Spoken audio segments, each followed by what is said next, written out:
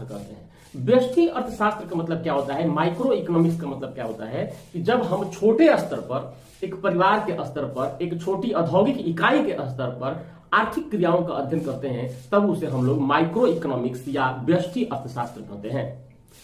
उसी तरह से अगर हम लोग माइक्रो पूछेंगे कि माइक्रो इकोनॉमी क्या है, समष्टि अर्थशास्त्र क्या है, तो सिंपल है कि जब हम लोग बड़े स्तर पर, कितना बड़ा स्तर पर, एक देश के स्तर पर जब हम लोग आर्थिक क्रियाओं का अध्ययन करते हैं, तब कहा जाता है कि भाई ये क्या है, ये समष्टि अर्थशास्त्र है, ये माइक्रो इकोनॉमिक्स है।